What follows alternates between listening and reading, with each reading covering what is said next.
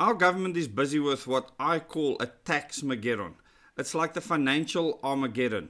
And the one thing that they are using to achieve this is to tax the citizens of South Africa to breaking point.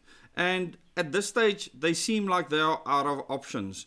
And our government is not building a strong, reliable tax base. No, instead of building a strong, reliable tax base that will give them the income for them to be able to support their operations, they are trying to find every conceivable way and every last cent from anything and anyone they can, by any means possible. And this kind of methodology ends in tragedy. It sends you over the cliff. It sends you down the dark, deep abyss. And this is what our current government is hell-bent on. And in an article in Daily Investor, it says that Zimbabwe had a better economic growth than South Africa over the last 15 years. And I'll give you a link to this article in the description below the video as well as in the first comment. This is quite an indictment. It's an insult how South Africa said that Zimbabwe was a basket case because they don't know what they were doing. The inflation was something ridiculous, basically made the Zim dollar worth absolutely nothing. And yet, even although they have a smaller economy, they have done way better than us because they have tripled in size where we have actually stagnated. I'm not going to go through all the details of this article, but the one thing that is important is that South Africa, the largest and most developed economy in Africa, has stagnated over the past 15 years due to widespread corruption, load shedding, inefficient logistics, and an increasingly onerous regulatory environment. So the kind of regulations, things like BEE, kills business. That's what it does. This lackluster performance has been celebrated by the country's leaders, with President Cyril Ramaphosa using the 30th anniversary of South Africa's first democratic elections to laud the ANC's efforts to grow the economy. What an absolute joke.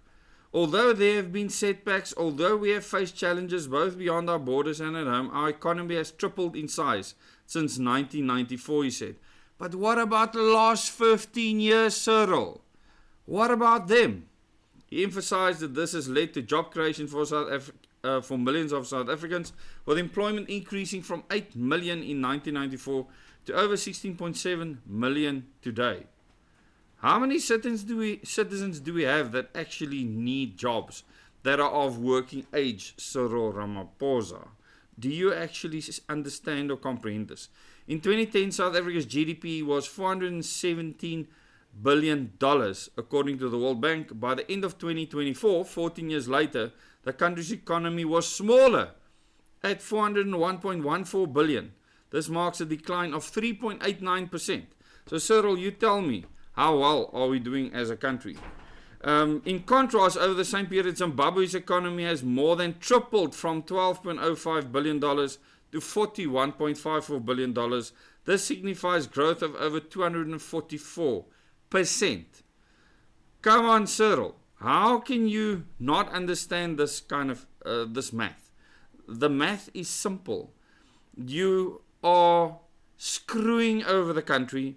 You are traveling around in your presidential jet, talking twak all over the world, and you don't understand how finances work.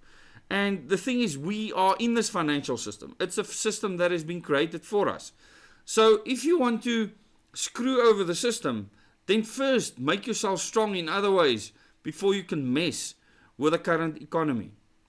You need to overcome this economy before you can try and be holier than thou with your political ideals and ideologies, etc.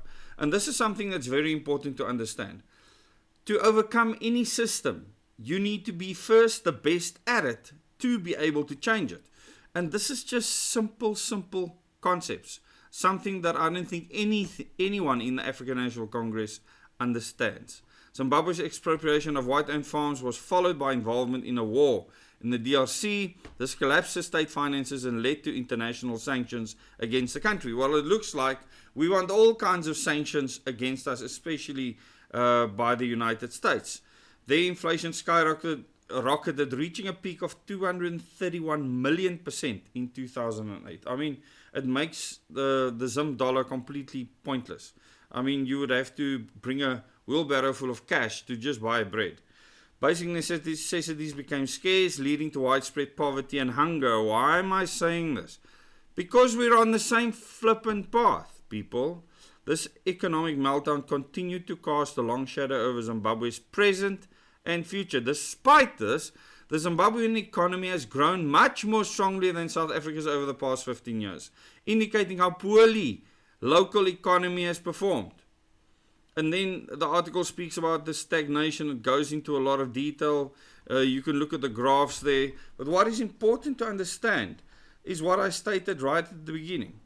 That we are literally in a tax-mageddon at the moment. That our government, they are not focused on creating an environment where people can flourish, where the economy can flourish in the current system, where businesses can flourish. No.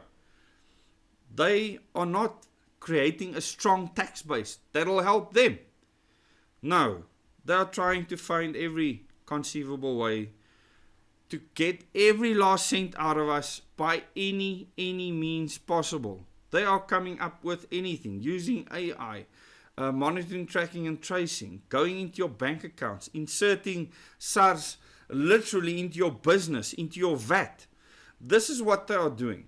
And it will fold. It can't last. This government is doomed to fail unless we change the governance system, find a new way of electing our leaders, and just rethink everything. This South African economy, this financial economy, has to collapse. It cannot be sustained in this way. But the local economy, the people, the economy, that is our work, our productivity, our effort, it can never be collapsed by any government, because as long as people are willing to work, we will find a way to survive and get by. But just prepare yourself for this, and just understand that how you vote shows 100% how you understand the economy. And the one thing you need to understand, that all the cronies that are part of this government of national unity are complicit in the collapse of this country. And you are complicit for putting them there. Thanks so much for watching this video, and please do consider subscribing to this channel if you like content like this.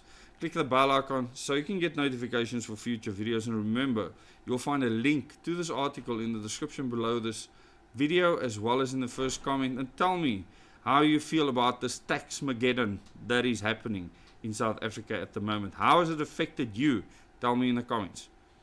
And remember to stay free.